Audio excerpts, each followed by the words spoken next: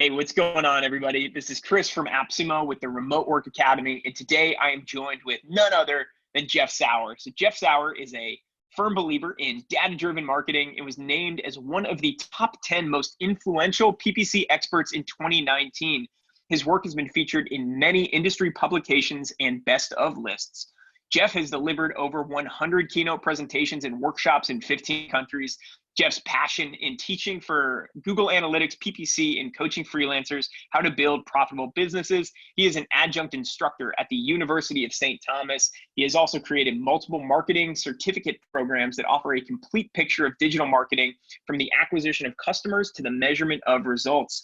Jeff is a partner at 3 Deep Marketing, a 5-time Inc. 5000 award-winning full-service digital marketing agency in St. Paul, Minnesota. From 2015 to 2019, Jeff traveled full-time with his wife, building his business from over 50 countries, and now he is settled in Northern California with his wife and 6-month-old baby. Jeff, how are you? That's awesome. I appreciate that intro, Chris. I couldn't have written it better myself. That was fantastic. Thank you. It's crazy what you've been able to accomplish, and I think now is a really great time to be talking to you and learning from you. Because there's a lot of agencies, freelancers, consultants, and so much chaos going on. So what's kind of been top of mind for you recently, since things kind of changed the way that they have? Yeah, it's funny because, and this is, I'm guessing what everybody feels right now is that I just finished, I was a little bit late on our 2020 planning, to be honest with you, because I had a baby, and we moved to California in December, and then had a baby. I wasn't sleeping very well and all that stuff. And so I had just finished my 2020 plan sometime in like late February. And then like the second week of March, I just deleted it. I was like, okay, this is no longer valid. This is like, and I call it the Corona line. And it's just like, hey, this is the line. Whatever plans you had, you might have to throw it out the window or adjust it pretty significantly and then decide on what to do forward. And so, yeah, a lot of what's happening, both me from a business perspective, as well as for people that I do coaching with, is how do you deal with this? How do you deal with the fallout of it? And so I have a pretty good idea as to what to do, and I'll share that in the presentation portion, what people can do from an actual perspective. But yeah, it's been on everybody's mind, obviously, the last several months. Yeah. So, I mean, before we dive into that, I'd love to hear a bit more about your background. You've accomplished a ton. You've been in digital marketing, advertising, analytics for a long, long time. One of the OGs in the game. I mean, where did all this come from? How'd you get started in all this, and what's the path been like? Yeah, so I was a web developer, but not very good at it. I was the $500 website web developer who would take a template and then put your content in there, take a couple pictures poorly, and then sell a website. Eventually the clients were like, okay, that's okay that you can do that, but how do I get people to go to it? So I started researching how to get traffic to websites. This is back in the day when I had a 100-page ebook that I printed out and put into a 3-ring binder, and that's how I learned internet marketing and SEO particularly. And then SEO turned into analytics because the SEO stuff it's hard to prove things as fact versus analytics and numbers. They never lie. And so I naturally gravitated towards the paid advertising and analytics because I just knew that if I, as a technical person, I can trust the numbers because I know how they're collected. I just felt a lot more certain with those results. And so I really went heavy in the analytics and paid. And while I was doing that was a crazy time in the world, or an inflection point where everybody was interested in online advertising, very, very interested in it. And so I just sort of, I figured out what I wanted to do at the same time that the world figured out that this is what they wanted to do.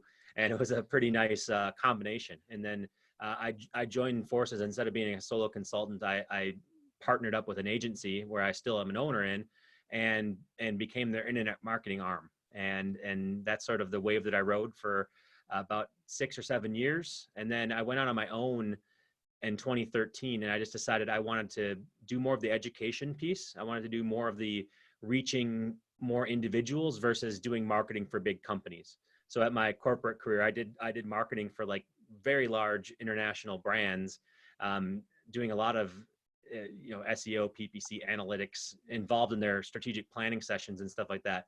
And I loved working with them, but I didn't feel that I wasn't as satisfied as actually helping real people, as I'd like to say it. And so that's where I became who I am today. And that is just focusing on the real people who want to learn how to, one, work on their business, and two, up their skills. Mhm. And so what does that look like more specifically? Because I know you used to run, it was called Jeffalytics, and now Yep. it's moved over to data driven. Can you kind of fill in some of the gaps there? Yeah. So I always like to tell people that I didn't really have a plan for this. I didn't know where I was going to go. And I do a lot of experiments, like a crash test dummy. And so while I was unhappy at my job, at the agency, I started a blog, and I couldn't think of a name, and jeffalytics.com was available. It's a And so I good started name. that, and then I started writing for 9 months, and then after that 9-month period, I was like, okay, I'm confident enough that I could either get consulting clients, or I can grow this presence and start an online business. And I had Jeffalytics, so it just became called Jeffalytics, right? My company name's a little bit different than that, but the domain name is Jeffalytics, and that's just who I was. But at that same time, it was always a temporary thing. And the further I went in the direction of getting notoriety and getting traffic to my site, the harder it became to say, okay, I guess you're just Jeffalytics now. But my aspirations weren't to just always be me, a single author blog, right? It was to do a lot more than that.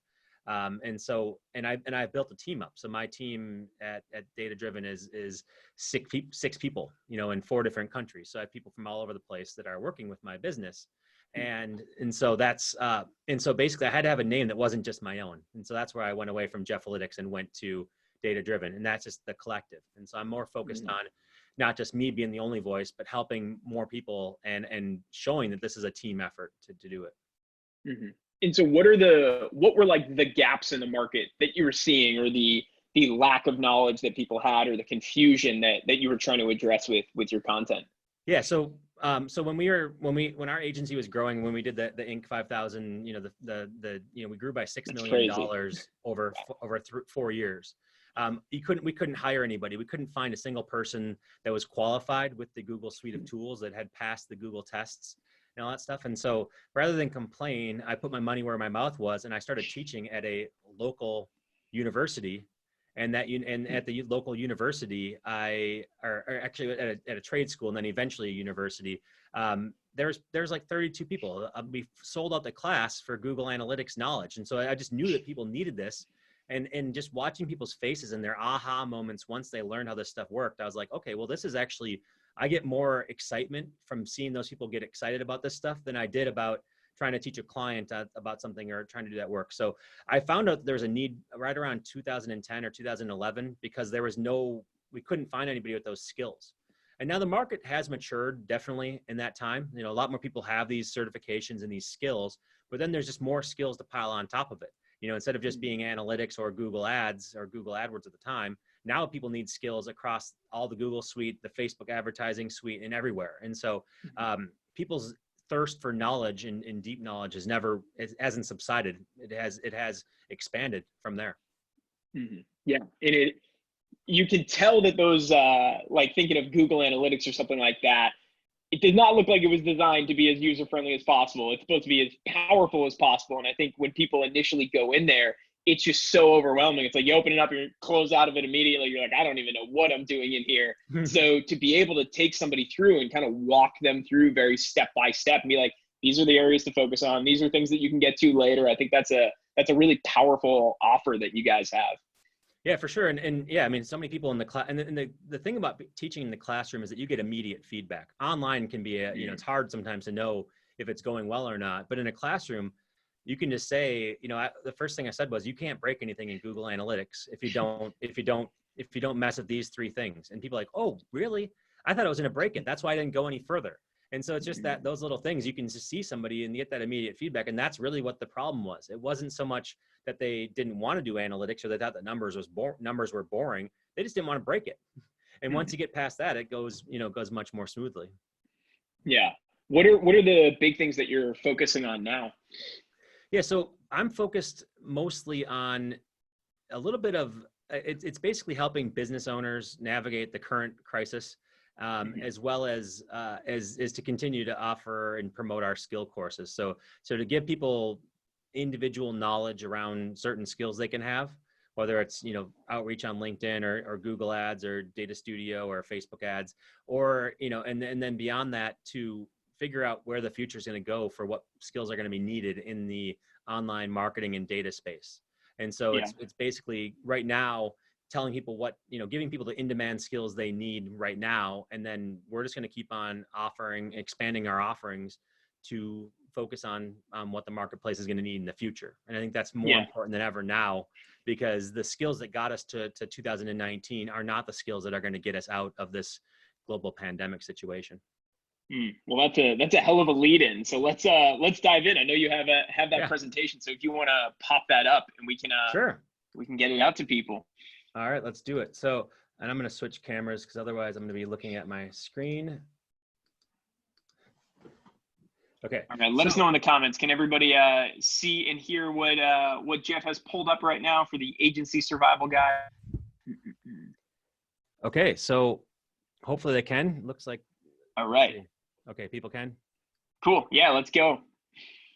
Okay, cool. So your agency survival guide. Okay. So I'm going to say, this is an answer to the question in my presentation now is, what do you do when things aren't going according to your plan? And I had mentioned earlier about how my plan went out the window pretty early in the process. Business plans and bloody noses.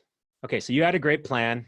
And then we all probably know this Mike Tyson quote, everybody has a good plan though, until they get punched in the mouth. Now, the funny thing about this quote that I think is hilarious actually is, number one, Tyson actually lost the fight after he made that quote. So everybody gives him this like triumphant, everybody gets punched in the mouth.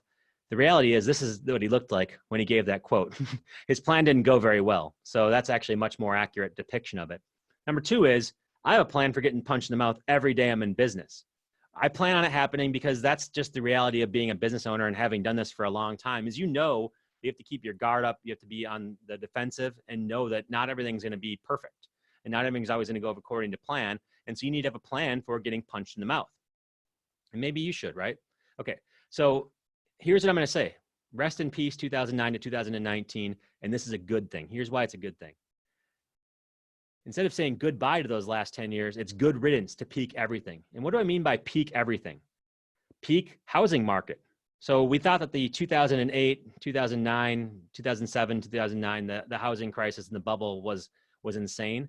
Well, look at the housing bubble now. Like, this is the Bay Area, and you can see that actually the index is even much higher. So even though things went down, we're in housing bubble 2 right now, or we were. We're not. There's no data really to say whether that bubble has left or not, but it was definitely in a huge housing bubble. Peak stock market. As you know here, peak stock market. We reached the peak, the highest that it's ever been in the Dow Jones and every other major U.S. index. A couple months or about a month before everything started to go bad. And actually the peak was in 2020. Peak hype and hysteria. You've all heard of the Gartner hype cycle. You have the peak of inflated expectations. That's actually built into their model. And so right now we're probably going through the trough of disillusionment right now, because we've already gone through the peak of inflated expectations. And now we're eventually going to come out of this thing. I don't really know exactly the time frame, but definitely in the next, we're at least 3 to 6 months from now, it's probably going to be at that point, might be a year or two from now, we'll get into that slope of enlightenment, and then we're going to get back to peak productivity. Okay, so 2009 to 2019 is the peak of inflated expectations. You might even say 2017 through 2019, somewhere in that time frame. So you may remember it as the golden age. I call it the era of peak distraction. And that gives me peak relief when I get out of that, okay? So this is the third S storm that I've experienced in my professional life, and I'm not even 40 yet. And I knew it was coming because history repeats itself. We just didn't know when, because it's impossible to time these things, unless you're Biff Tannen and you have an almanac like Back to the Future. Yes, you can predict things then. You can become a very rich person, but yeah, we can't predict this type of stuff. However, I was excited about a correction. I was actually hoping for a correction for years. Why? Because the market was already over. The market was overhyped, oversaturated, overvalued, overpriced. Everything was very expensive. And so when you look at things, you can look at it two ways. Yes, we reached a peak. Now, actually not anymore, but at the time that I pulled the slide together, things are changing by the day. Everything was 33% off. And so if you had said, I'm going to pull out for a little bit, or I'm going to focus on this thing, or I don't think things are going to look good, you could actually get back in and see some immediate gains if you were to time the peak. Now, I'm not saying this talk is not about timing the peak. It's just letting you know that you could look at it from a glass half full perspective and say, hey, look, we have 33% off on stocks right now. Let's do that. And I do remember watching Noah's video talking about that. Basically, he had something that he said, yeah, my portfolio, I'm changing and I'm looking at these things as a discount.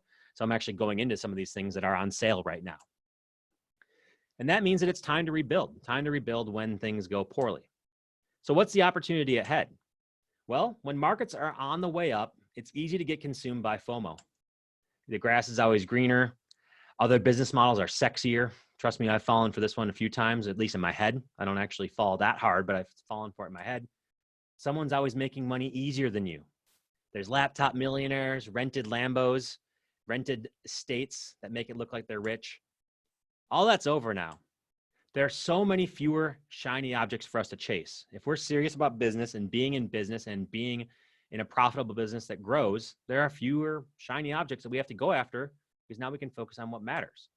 And those luxuries that we must have, those are deeply discounted. So if you still want luxuries now, if you want luxury now and you have the cash to pay for it or the credit to pay for it, those things are all on sale right now. That's a good thing. And so the best thing that can happen for growing your future business is to have gone through this at whatever point it is so you can emerge stronger. So you can cut off the overgrowth and you can focus on just the one thing that you can do well. And because of that, I say the future is now. Life as an entrepreneur can be a slow burn. You know, you discover something full of promise that you want to tell everybody, and then they stare at you, give you looks like this. They're like, what? What are you talking about? Now, most people aren't ready to hear what you have to say as an entrepreneur. And the reason why is because you're an early adopter. You see, early adopters are ahead of their time. You've probably seen this curve before, but this is basically how things get adopted. Innovators, which some of you are innovators, especially people who create products on AppSumo, are the primo innovators of the world. Every new product you see on AppSumo is an innovator who says, I can do it better.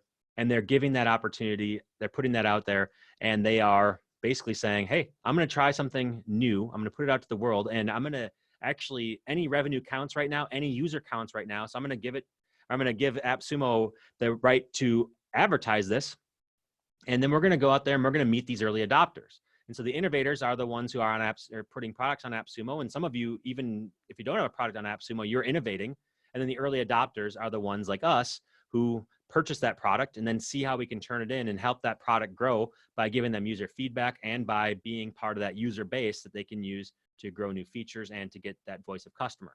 And so we are in a symbiotic relationship. Now, the reality is that if you look at this curve, it's pretty obvious that early adopters who are signing up for lifetime deals on AppSumo or who are taking my online courses, those types of things, we are combined only about 16% of the market. And there's a lot more to come later on when you talk about the majority reaching this. And I'll talk about it a little bit more later in this presentation. Something happened. There's an event that happened, as you all know, that pushed the adoption of the majorities ahead by a few years, maybe even by decades.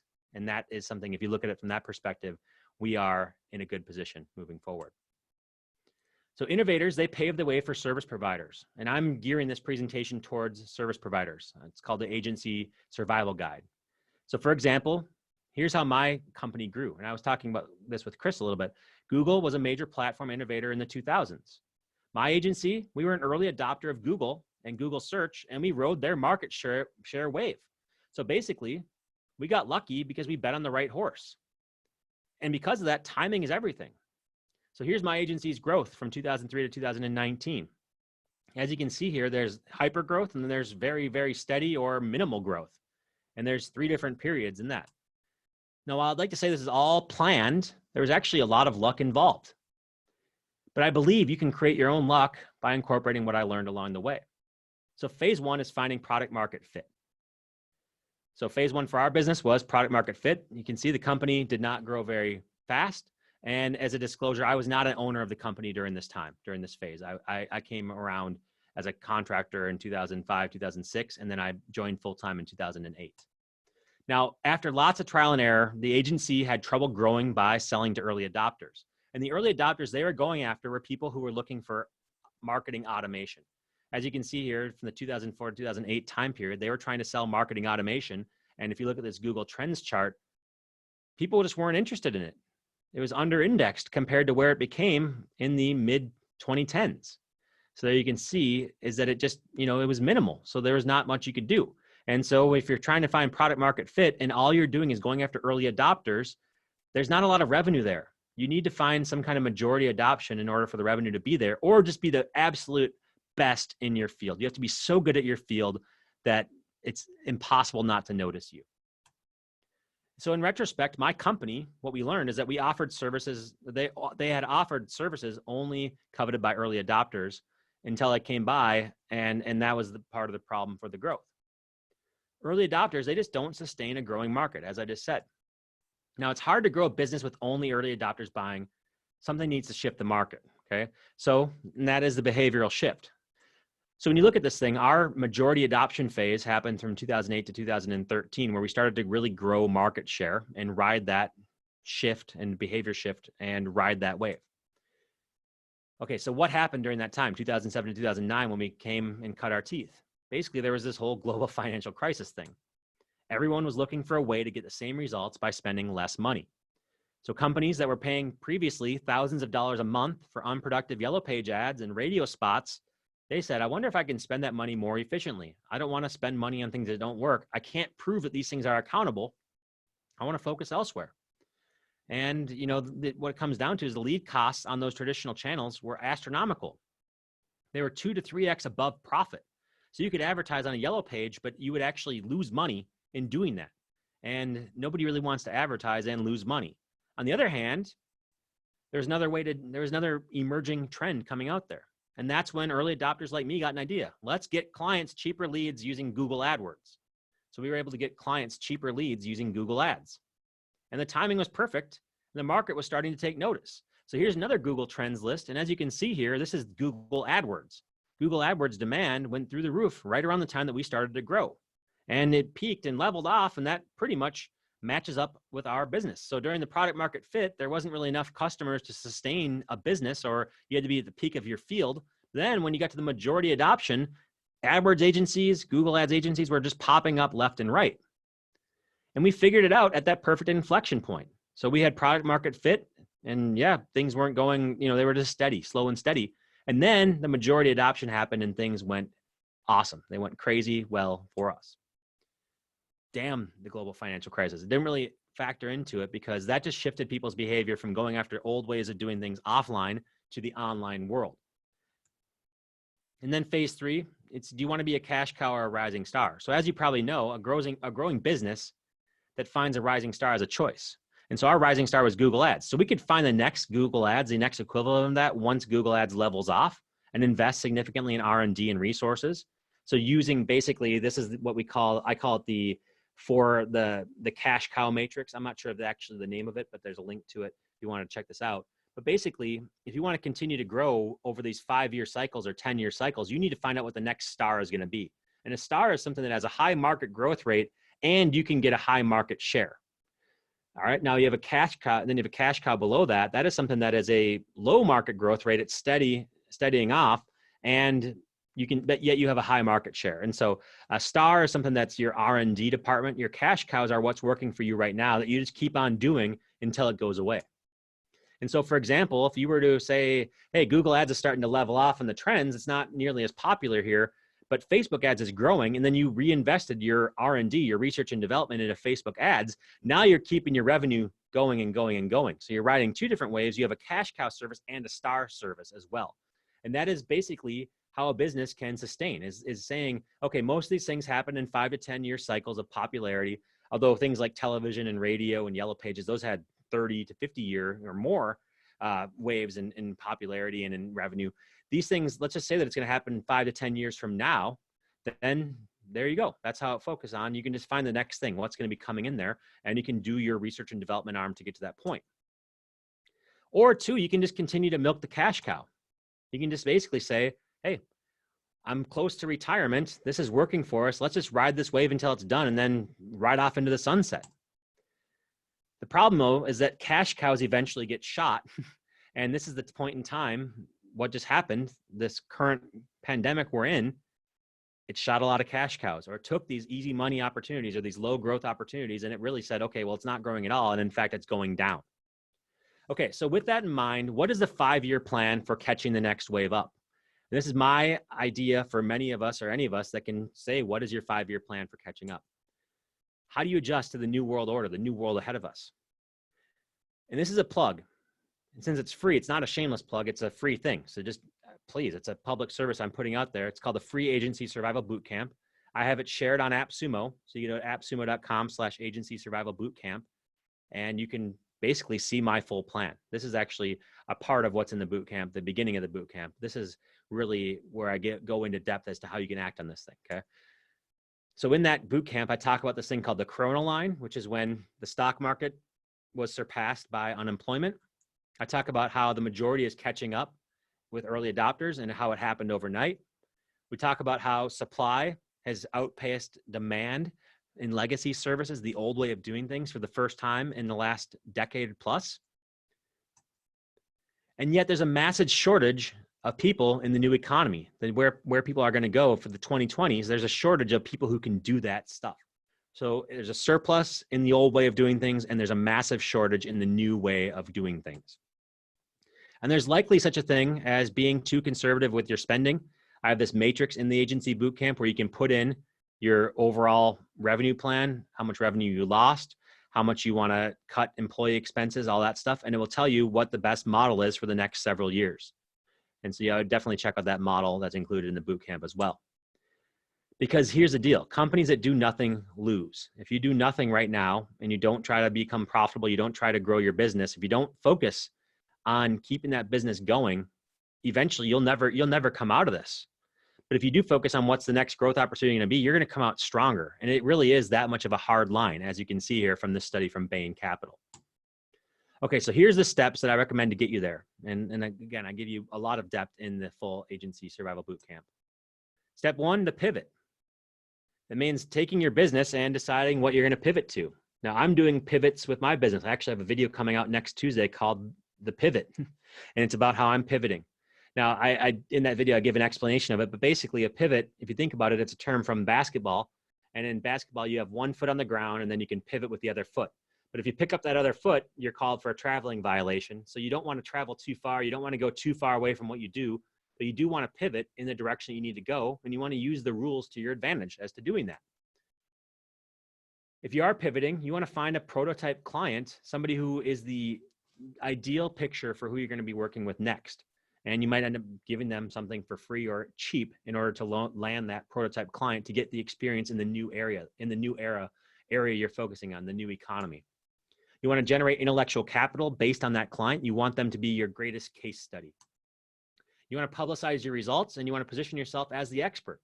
In the new economy, in the new future, there's an opportunity for you to be the one that appeals to both the early adopters at first and sustains a business, but then also grows a much greater business once the majority adoption ends up happening. You want to build a reputation and nest egg off your specific brand of expertise. That's what I was able to do. That's what my company was able to do during the last wave, and we're still riding it. And step 6, you want to lead your economy. You want to lead your clients into the new economy, because you know what? If you're not sure what to do and you're an early adopter, the laggards, the late majority, the early majority, those people have no clue what to do. And they're looking for people like you, smart people like you, to guide them in the right direction. Because you know what? The economy will move forward in due time. It always does. Doesn't always recover right away, but it will always move forward. And after taking the elevator down, it'll likely take a stairway up. This is something that a lot of stock people, anybody who's paying attention to the stock market, they always say that it takes the elevator down and the stairway up. So you do a slow, steady stair, and then it just shoots down. And then it takes a stair back up, and the stairs always go higher than previously known. And so now this is where I might play you some Led Zeppelin, Stairway to Heaven. But you know what? I have a strict no Stairway to Heaven rule. If you can name the movie in the comments, then you are my new best friend. Now you have a unique opportunity as an early adopter to steer the next cycle of growth. And I hope you make the obvious choice. And I ask, don't just do it for me, do it for that lovable loser, Mike Tyson. Up and to the right. And then here's that link to the Agency Survival Bootcamp if you want to learn more, if you want to see what we're all about, and just my thoughts, really this brand new thing that I created for free, that's just based on how I'm navigating the situation and how I navigated the previous one as well. So hopefully that is helpful for you. And that's the end of the presentation portion. That's awesome. Thanks so much, Jeff. Let me get my camera back on. So, what do you think are the things that are holding people back right now? Like, I imagine there's a lot of just kind of deer in the headlights going on with all the uncertainty and unknowns. Are there particular things you found with your students that seem to really be having them mentally blocked on some of this stuff? Yeah, I mean, I'll be honest with you. I think the mental block is not even a mental block. It's a punch in the face. It's a lot of people I've talked to have lost 75% of their clients, 80% of their retainer revenue. We're not talking like a small thing. We're talking like they have 3 clients left or they have 1 client left. And so that's the most harsh and obvious thing that's happening is that people basically, if you're discretionary or if it was on the fence in the first place and you can't prove and they don't know where the ROI is going to go, there people are cutting their spending because they either, like if it's a restaurant, it's for obvious reasons. If it's somebody who is maybe even a white collar professional service, they're just not sure how it's going to shake up. So everybody's basically grasping back at their budgets, clawing back at any expenses they have in order to just see what happens. And that's, I think we're all doing that with our personal expenses as well. You know, we're not making as many discretionary purchases. So I think that it's just the uncertainty right now. There's just a tightening of the belts for everybody. And that is oftentimes what directly affects a business. Now, obviously, if you lose 80% of your revenue, that's almost insurmountable, right? But it doesn't mean that you can't. I would hope that somebody would have some money tucked away, or you have opportunities for controls, or a stimulus package in your government that provides to you. There are outlets for many people in the world to handle this, but the reality is, it's a lot of it comes down to mindset, and it's easy for me to say. It's easy for me to say I didn't lose 80% of my clients. I'm very fortunate in that perspective, right? But it's once you get over the initial shock, there are people who do want to spend money. You just have to adjust your approach and say, hey, we're in it as an ally to you, and we're willing to either be flexible with our terms, we're willing to be more experimental. We're going to help you get what you want back. Right. So the old way of saying things is like, hey, you need to drink from that fire hose of the internet or of whatever services. Now you have to be more of like a concierge. You have to say, we're going to help you get to this point, and our fees, yeah, we need to charge things. We need to have staff doing this, but our structure might be a little bit different to help you get through it. So it's getting creative with how you structure things to maybe share more of the risk. Back when there was so much demand for internet marketing services or whatever your agency or whatever your business does, back when the demand was high in 2019, when we're hitting new stock market highs and the economy is growing at record paces, record unemployment, you basically, you can call the shots because you're in demand. Once the demand goes, you have to make concessions. You have to actually get back into a line with where the supply is at. And it might mean that you charge less, or you are sacrificing some of the things that you were able to get away with a year ago or even 2 months ago. So I think a lot of it's obviously easy in hindsight to say, but are there things that you can do? I know you were saying about kind of having more skin in the game and taking on a bit more of the risk, but how would you recommend structuring in a bit more detail, like how you would structure these contacts going forward or these contracts going forward to potentially prevent this, or what could have potentially prevented it, and not in a kind of hindsight way, but more going forward? What could people do when they're having those initial negotiations? Yeah. So I'm trying to think of an analogy that, let's talk about, let's use public accountants. I was just having a conversation about this, and they're not like, they're probably considered an essential service. They can go into their office and stuff like that. But eventually, there's all these changes. Taxes are usually due April 15th. Now they're due July 15th in the US. And that's going to cause fallouts here and there. And maybe people are, maybe that spread of taxes means that they're not going to have any work for people until June. And so then, they were expecting to get all the money coming in for their year and their busy season in April. And now they might not have cash flowed it properly in order to be able to pay people through June. Right. And so if I were a service provider that was focused on CPAs, in the past, it was like, hey, I want to bid on the term on Google CPA service, or, individual tax return. And then I did a Google ad for that. My ad might've been like, make sure that you're ready for April 15th, and you do the traditional stuff. You just ride the wave, right? You look at Google Trends, and that's the keyword. That's the trend. Well, that trend curve just shifted. So maybe the focus then is getting the ones who have their stuff together, telling them the advantage of filing now. So yeah, you have until July 15th, but actually if you apply in May, you might be able to get your refund faster, and that doubles your stimulus. Or maybe the angle is that in 2019, or if you didn't file your 2019 taxes, your stimulus is based on 2018. So you might want to get your 2019 in because it's going to change the whole game for you. And maybe this is obviously probably a month too late for that angle, but those are the types of angles that, you'd say, okay, well, I'm willing to get experimental. Let's try to find people to ship. Let's try to get that curve back towards April 15th instead of July 15th so you can cash flow this thing. And I'm willing to do this for the next 3 months just to see what we can do for you and get people to make the decision sooner than later. Would you be interested in doing that? The other angle is, frankly, click costs are much lower. They're about 50 to 75% lower in many cases as what they were before this all happened. And so it's like, okay, well, hey, CPA, I still want to do this for you. My fee is the same, but we're getting cheaper clicks. So you can flatten the curve, you can cash flow, and you can do it for cheaper than you would have done it before if you would have only focused on April 15th. This is a great opportunity for you. And so you have to focus on the opportunity that you're creating for somebody, not take it for granted that everybody needs to do it. Back in the day, like 2 months ago, back in the day, you could just do the Me Too marketing. Everybody else did it, so we should do it too. Now you have to be creative and say, here's why you should make that decision. And there's you can tell me any industry, and I can probably come up with a reason for why somebody should invest in internet marketing right now.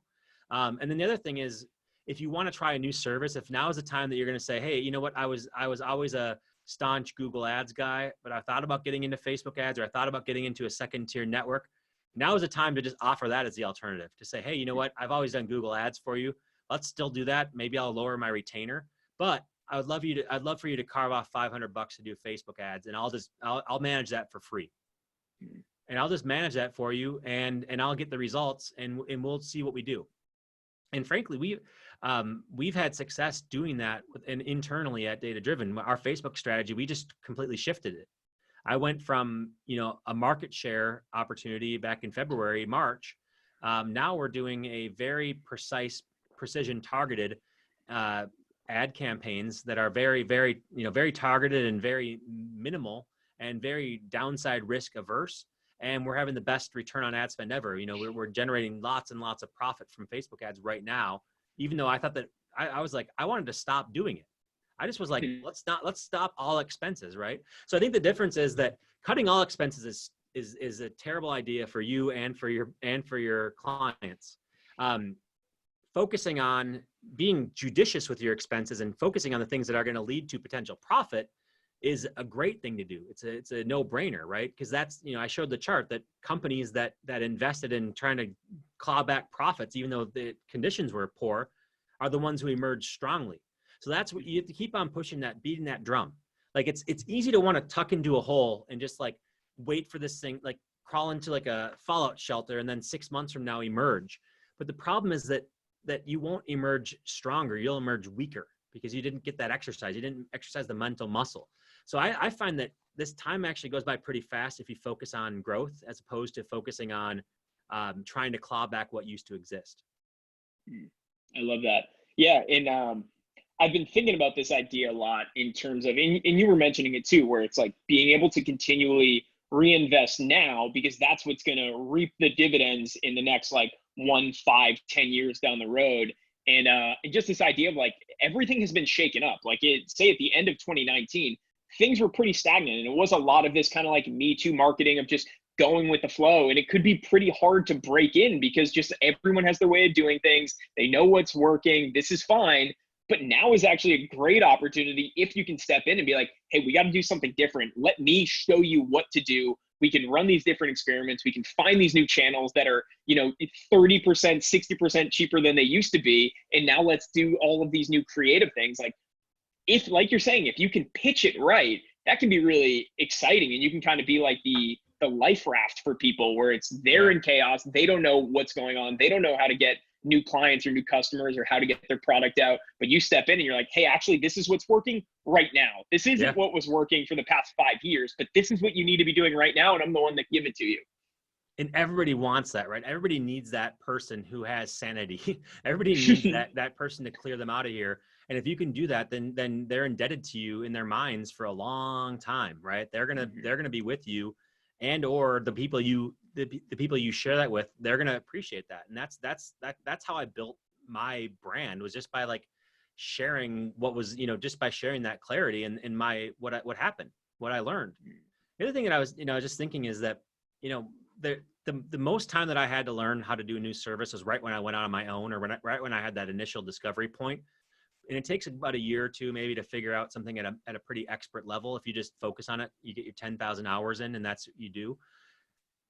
You can't do 10,000 hours for the next wave if you're working 50 to 60 hours a week. And so if you lose 80% of your clients, you might have an extra 30 hours a week on your hands that you can focus on R&D. And that is if you turn that into an opportunity, instead of feeling sorry for yourself or watching Netflix, and I hate saying that because I watch Netflix and it is a great relaxation for me. But if you just, if you prioritize getting better and then use Netflix as your reward once you've learned something or you have that accomplishment, if you gamify it in that sense, I do believe that you will emerge this thing and actually have a second life that you might not have been able to achieve otherwise, because you never would have had that time to do the research and development. You never would have had the time to put in those extra 20 hours a week needed to become the expert in the new thing. Absolutely. Yeah. I think that's a great way of being able to look at it. And it's you're investing now for the payoffs down the line, because Yep. yeah, if you're spending all of this time learning right now, it might not, and it probably won't ROI immediately, but it's that thing where as things start to come back up and you 10x skill level, and now you're perfectly positioned to step in and be that voice as maybe people are spending more, or they trust you more, or you have more clients coming your way, as opposed to just, how do you use this time most effectively to grow your skills, to grow your business, to position yourself for the long run, not just this kind of protecting yourself for the short term. Yeah. I mean, all the things that made a lot of money in the last decade were things that were founded mostly or cut their teeth in the last global financial crisis. Facebook, Twitter, some of these things were founded beforehand, but they had to survive that wave and ride it out and come out stronger. And those are the platforms where people are making money and where, all the services came out of. Social media marketing came out of that wave. Search marketing came out of that wave. Analytics, all the digital marketing stuff came out of the companies that forged themselves either in the dot-bomb or in the global financial crisis. And so there are companies that are going to start right now, or that are going to start getting notoriety right now. And those are the ones that are probably going to be very, beneficial. And we're doing this on a Zoom call, right? Zoom's probably not an example. Like, you can't really do Zoom consulting. Maybe you can, but it's pretty easy to figure out. But there are other platforms that are going to emerge from this. Maybe, one thing that I'm really interested in is food delivery. Like, if I were to start over again, people ask me this, like, what would you do? I think right now what I would do is I would start a business that's food delivery app optimization. It's like SEO, but for food delivery apps for the menu. And I would actually figure out what the right menu combinations are and what people are buying. And I would take the data from my multiple clients and I'd figure out like what appetizers people want, what menu items do you want in order to optimize for food delivery. Like, how do you write your description? How do you show up first? What type of promotion should you do? Should you do paid promotion opportunities? All those things. What's your profit model? I would basically just do that for a struggling restaurant for free. And then maybe do it for a second one for free, and then figure out how to what dots I can connect, and then become the industry expert on food delivery app menu optimization. And you could probably be somebody that for the next 20 years is like speaking at industry conferences, somebody who's making a ton of money off this thing, because eventually when things come around, everybody's going to want that. And actually now they want that. It's just whether they can pay you the primo dollar, or if they're basically helping you make up some of the money you lost if you were knocked out by this. Yeah. Yeah. And there's that saying that there's always a bull market somewhere. And we're seeing it right now with Zoom or food delivery or all of these different things. It's like, there are some companies and some industries that are thriving right now better than they've ever done. Yeah. And so how do you kind of like take advantage of those platforms or those industries and step in there? Because I think Zoom is a perfect example. It's we were talking about doing like webinar consulting and things like that. How do you, I was talking to a company last week, like a pretty big company, where they're trying to do, like, they're breaking into it because they normally do speaking gigs and they travel around the world doing these things. They've never done online. They don't know how to structure. They don't know how to engage people and be like, hey, let us know where you're tuning in from. Let us know what your questions are. And so there's so many things you can do there, even just teaching offices how to go online, or there's a bunch of stuff. So yeah, I think now is a Slack communication prioritization and how to use Microsoft Teams, like you could easily become the primo consultant on these things that everybody's going to end up using. you know, there's already winners that are emerging from this, no doubt about it, winning Yeah. platforms. So what do you think, what's the best thing for people to do as their takeaway out of here? I'm going to link again. I already posted it, but I'm going to send it again to your course for people to check out. But what should people do today to start locking in their business, start building it out, and start taking advantage of some of the opportunities out there? Yeah. So I think keep a level head, breathe a little bit, breathe in, breathe out, and just realize that this is, you know, you might have lost the battle, but the war is still there to win, and it's a long one, right? And so focus on the future. I know that's not super specific or actionable, but just focus on where you think your future is going to be. I have a slide in the boot camp about skate to where the puck is going to be. It's the Wayne Gretzky, right? You don't skate to where the puck is now, you skate to where it's going to be. So you have to get some creative juices going. You have to anticipate things, but we have that extra time now. A lot of people have extra time now to think about those things. So you can do your big thinking. You can do your understanding of your pivot. I would say don't reinvent yourself necessarily. Don't go too crazy and just like completely shifting things unless that you were going to do that anyway. Try looking at more like a pivot, like, you know, an inflection point where you, instead of going this way, you're going this way, and use that to your advantage.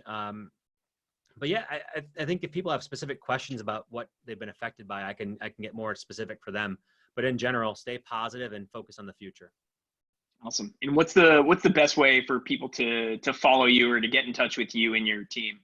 Sure. So if you can you can hit me on Twitter at Jeffalytics. If you're on the data driven platform, there's like a little ask data driven a question thing you can do. Just send a note. Tell us if you like the boot camp and if you have any questions. And yeah, eventually we're next month we are pivoting. We're creating a new service where you can actually just ask me any question you want for a subscription fee. So That's awesome. If you do like talking to me, then that is going to be available in May. Cool. Well, I might have to take advantage of it because I do like talking with you, Jeff. Thank you. Thank you so much for hopping on. And we have 4 courses from you of these boot camps that are in the AppSumo store right now for folks. So you can head over there, see those. The most recent one that we put out is this agency. Is it called the Agency Survival Boot Camp that we just linked out to? There's a lot of really great material for everybody in there. Jeff, thank you so much for bringing that to the AppSumo community and just for all the work that you've been doing. It's really great, and we really appreciate it. My pleasure. It's always great to help out the Sumolings, and I'm a Sumoling myself, so it's awesome to be involved with you guys. Awesome. Well, thank you very much, Jeff. Sumolings, thank you guys for hopping on and joining us. Go check out that boot camp, and we'll be seeing you guys soon. Jeff, thank you once again. Really appreciate it. Thanks for having me. All right. Bye-bye.